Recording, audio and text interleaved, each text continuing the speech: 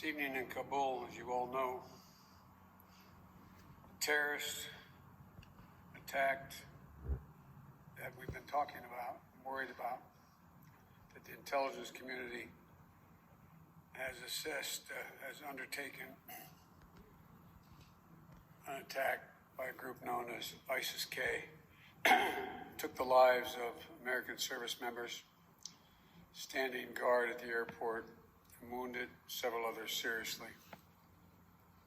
He had also wounded a number of civilians, and civilians were killed as well. I've been engaged all day in constant contact with the military commanders here in Washington, the Pentagon, as well as in Afghanistan and Doha.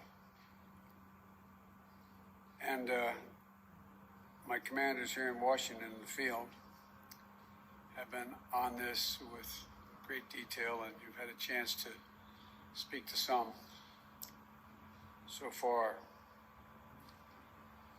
The situation on the ground is still evolving, and I'm constantly being updated.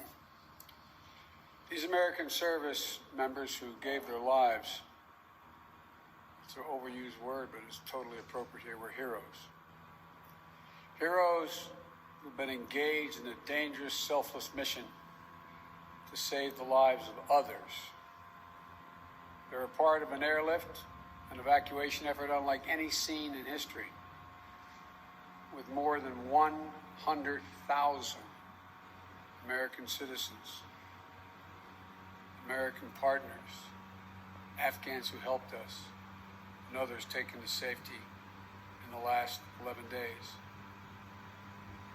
Just in the last 12 hours or so, another 7,000 have gotten out.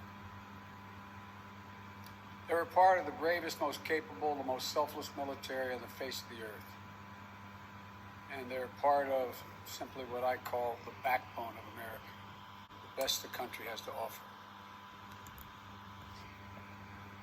Jill and I, our hearts ache, like I'm sure all of you do as well, for all those Afghan families who lost loved ones, including small children, or been wounded in this vicious attack. And we're outraged as well as heartbroken. Being the father of a Army major who served for a year in Iraq, and before that was in Kosovo as a U.S. attorney for the better part of 6 months in the middle of a war. When he came home after a year in Iraq, he was diagnosed, like many coming home, with an aggressive and lethal cancer of the brain. We lost. We have some sense, like many of you do, what the families of these brave heroes are feeling today. You get this feeling like you're being sucked into a black hole in the middle of your chest. There's no way out. My heart aches for you.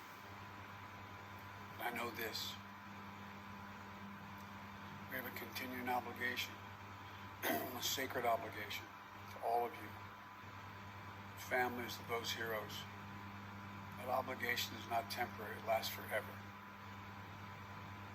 The lives we lost today were lives given in the service of liberty, the service of security, the service of others, in the service of America. Like their fellow brothers and sisters in arms who died defending our vision and our values in the struggle against terrorism. Of the fall on this day, they're part of a great and noble company of American heroes. To those who carried out this attack, as well as anyone who wishes America harm, know this: we will not forgive. We will not forget. We will hunt you down and make you pay. I will defend our interests and our people with every measure at my command. Over the past few weeks, I know many of you are probably tired of hearing me say it. We've been made aware by our intelligence community that the ISIS-K, an arch enemy, the Taliban, people who were freed when both those prisons were opened, has been planning a complex set of attacks on United States personnel and others. This is why, from the outset, I've repeatedly said this mission was extraordinarily dangerous, and on why I've been so determined to limit the duration of this mission. As General McKenzie said, this is why our mission was designed, this is the way it was designed to operate. Operating under severe stress and attack. We've known that from the beginning. As I've been in constant contact with our senior military leaders, and I mean constant, around the clock, and our commanders on the ground and throughout the day, they made it clear that we can and we must complete this mission, and we will. And that's what I've ordered them to do. We will not be deterred by terrorists. We will not let them stop our mission. We will continue the evacuation. I've also ordered my commanders to develop operational plans to strike ISIS-K assets, leadership, and facilities. We will respond with force and precision at our time, at the place we choose, in a moment of our choosing.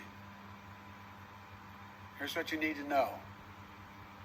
These ISIS terrorists will not win.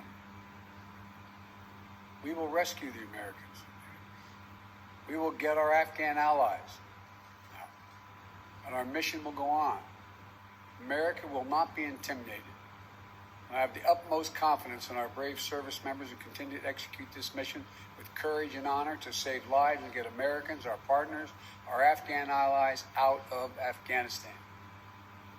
Every day when I talk to our commanders, I ask them what they need. What more do they need, if anything, to get the job done?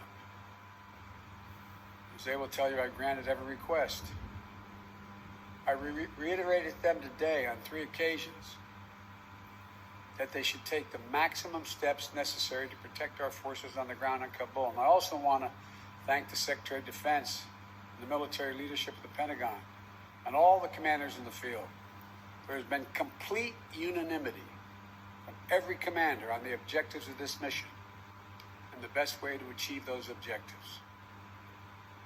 Those who have served through the ages have drawn inspiration from the book of Isaiah.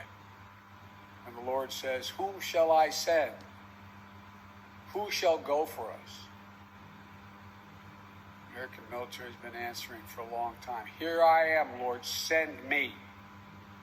Here I am, send me." Each one of these women and men of our armed forces are the heirs of that tradition of sacrifice, of volunteering to go in harm's way, to risk everything, not for glory, not for profit, but to defend what we love and the people we love.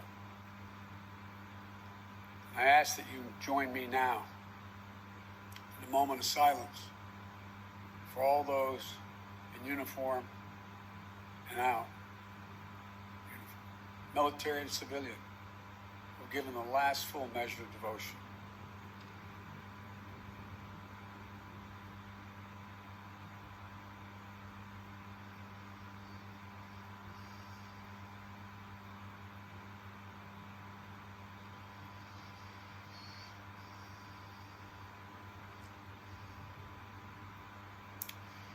Thank you.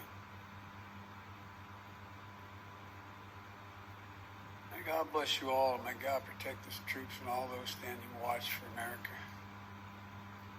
We have so much to do within our capacity to do it. We just have to remain steadfast. Steadfast. We will complete our mission, and we will continue after the troops are withdrawn to find means by which we can find any American who wishes to get out of Afghanistan. We will find them, and we will get them out.